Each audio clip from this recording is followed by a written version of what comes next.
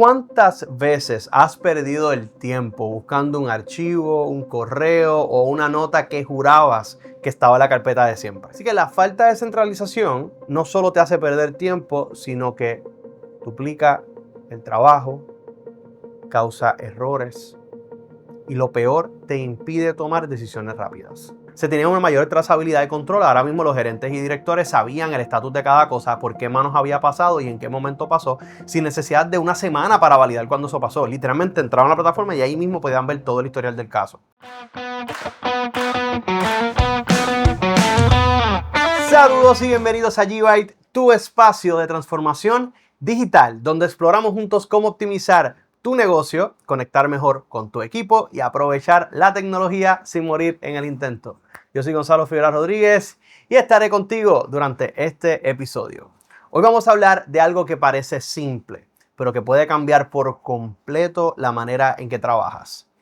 Vamos a centralizar toda tu información con 3 simples pasos. Seamos honestos.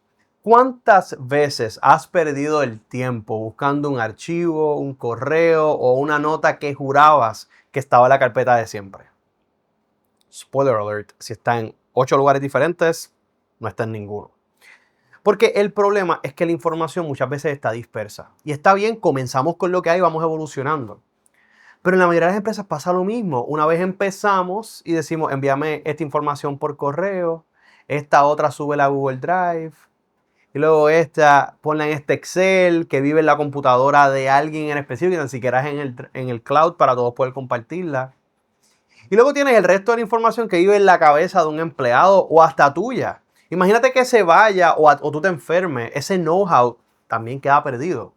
Así que la falta de centralización no solo te hace perder tiempo, sino que duplica el trabajo, causa errores y lo peor, te impide tomar decisiones rápidas. Así que vamos allá. ¿Cuáles son esos 3 pasos, esa fórmula de 3 pasos que debes tener para centralizar tu información? Importante destacar que centralizar no significa tenerlo todo en un solo software por moda, sino seguir un sistema con pasos claros que se puede aplicar en cualquier industria y para cualquier tamaño de empresa. ¿Okay? Estos videos son para pymes, pero esto aplica a cualquier lugar. Paso 1. La información siempre tiene un origen. Alguien o algo la genera. Por ejemplo, un cliente tiene un formulario, un empleado sube un reporte, una máquina genera un dato. Así que la pregunta clave siempre para empezar es, ¿quién o qué genera esta información y en qué formato la recibo? Paso 2. Debe almacenarse en un lugar único y accesible. Puede ser una base de datos, un sistema de gestión documental como Google Drive o OneDrive o incluso una hoja de Excel centralizada. Pero debe ser el mismo para todos. La regla de oro es que si hay más de un lugar, no hay ningún lugar oficial. ¿Okay? El paso 3.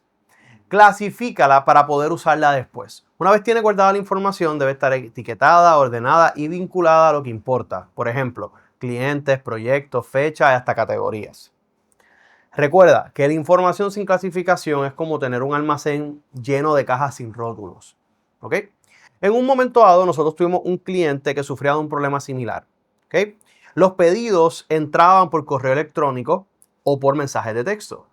En este contexto, tenía que estar ese equipo administrativo copiando manualmente a una tabla de Excel, bueno, no a una, a múltiples tablas de Excel, y la información entonces se quedaba en mensajes internos, porque entonces como que, sí, fulano, necesito tal orden.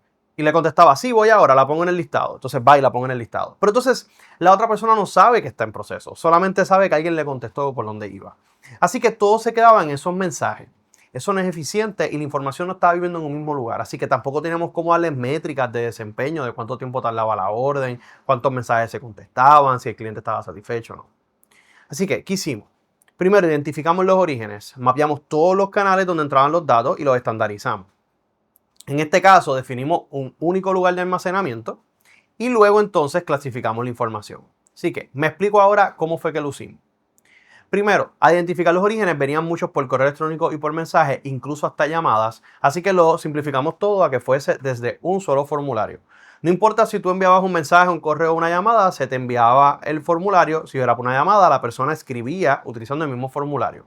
De esta manera, todo el procedimiento de la solicitud estaba en un solo lugar. Luego, el lugar único de almacenamiento, en este contexto utilizamos Airtable, pero bien pudo haber sido un Excel o pudo haber sido un Google Sheets. La realidad es que dependiendo del tamaño y el tipo de operación, pues es la herramienta que referimos. En este caso, utilizamos Airtable como base central para pedidos y seguimiento. Luego de eso, clasificamos la información. Una vez eso llega, dependiendo de quién fue el usuario que lo sometió, pues sabemos la etiqueta, si fue alguien interno o externo, qué campos podían llenar, el tipo de carga, para cuándo es y el estatus. No solo eso, sino que al ver el estatus también cada vez que había un progreso con la orden, se marcaba desde la misma Airtable, desde esa centralización de información y se podían automatizar los mensajes hacia el cliente o hacia el personal interno para que supieran el estatus en el que están.